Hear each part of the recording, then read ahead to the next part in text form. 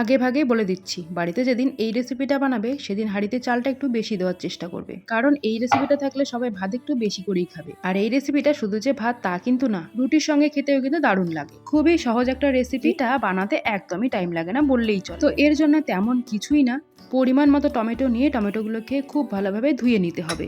আমি এখানে প্রায় 5 থেকে 6টা টমেটো নিয়েছি। টমেটোগুলোকে খুব ভালোভাবে ধুয়ে এক একটা টমেটোকে 2 টুকরো করে নিয়েছি। এবার সরাসরি চলে আসবো রান্নার দিকে। তার জন্য একটা ফ্রাইং প্যান বসিয়ে প্যান গরম হয়ে গেলে তার মধ্যে কিছুটা সর্ষের তেল দিয়ে এইরকম ভাবে এক একটা টমেটোকে বসিয়ে দেবো। আর মাঝখানের অংশটা একটু ফাঁকা রেখেছি, সেখানটাতে কয়েক কোয়া রসুন আর ঝাল বুঝে কাঁচা লঙ্কা দিয়ে দেবো। আর দিলাম অল্প করে একটু লবণ, যাতে করে টমেটোটা খুব তাড়াতাড়ি নরম হয়ে যায়। দিয়ে এবার ঢেকে দিয়ে দিলাম। আর গ্যাসের আঁচটাকে লোতে রেখে ঢাকা চাপা দিয়েই রান্না করব 3 থেকে 4 মিনিটের মতো। এরই মধ্যে টমেটোটা কিন্তু খুব সুন্দরভাবে নরম হয়ে যাবে। এবার ঢাকনাটা তুলে টমেটোগুলোকে এবার উল্টিয়ে দেবো, যাতে করে দু সাইডটা একটু সুন্দর করে ভাজা ভাজা হয়ে যায়। আর মাঝখানে রসুন কাঁচা লঙ্কাটাকে একটু উল্টে পাল্টে নেড়ে চেড়ে নিয়ে আবারও ঢেকে দিয়ে দিলাম প্রায় 3-4 মিনিটের জন্য। এবারও কিন্তু গ্যাসের আঁচটাকে লোতে রাখবো। আর এবারে টমেটো থেকে যে এক্সট্রা জলটা ছিল সেটা কিন্তু পুরোপুরি শুকিয়ে গেছে। টমেটোর নিচের দিকটা কিন্তু খুব ভালোভাবে ভাজা ভাজা হয়ে গেছে, টমেটোগুলো খুব সুন্দর সেদ্ধ হয়ে গেছে।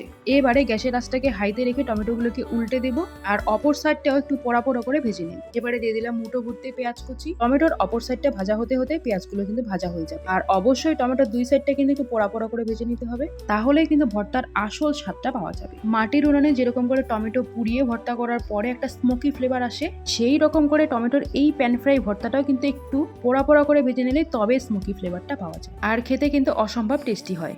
তো টমেটোগুলো এবার ভাজা হয়ে গেলে নামিয়ে একটা প্লেটে ঠান্ডা করে নিচ্ছি। প্লেটে নামিয়ে নিয়ে একটু ছড়িয়ে দিয়ে 2 মিনিট মতো রাখলেই কিন্তু টমেটোগুলো ঠান্ডা হয়ে যাবে। আর টমেটোগুলো নামানোর সাথে সাথে কিন্তু হাত দেওয়ার চেষ্টাও করবে না, তা না হলে ছ্যাঁকা কিন্তু তোমাকে খেতেই হবে। এখন আমি 2 মিনিট পর ভর্তাটা করছি, আর এখনো কিন্তু টমেটোটা পুরোপুরি ঠান্ডা হয়নি। তো এবার ভর্তাটা করার জন্য প্রথমে যেটা করতে হবে, টমেটোর ওপরের দিকে যে খোসাটা থাকে সেই খোসাটাকে কিন্তু ফেলে দিতে হবে।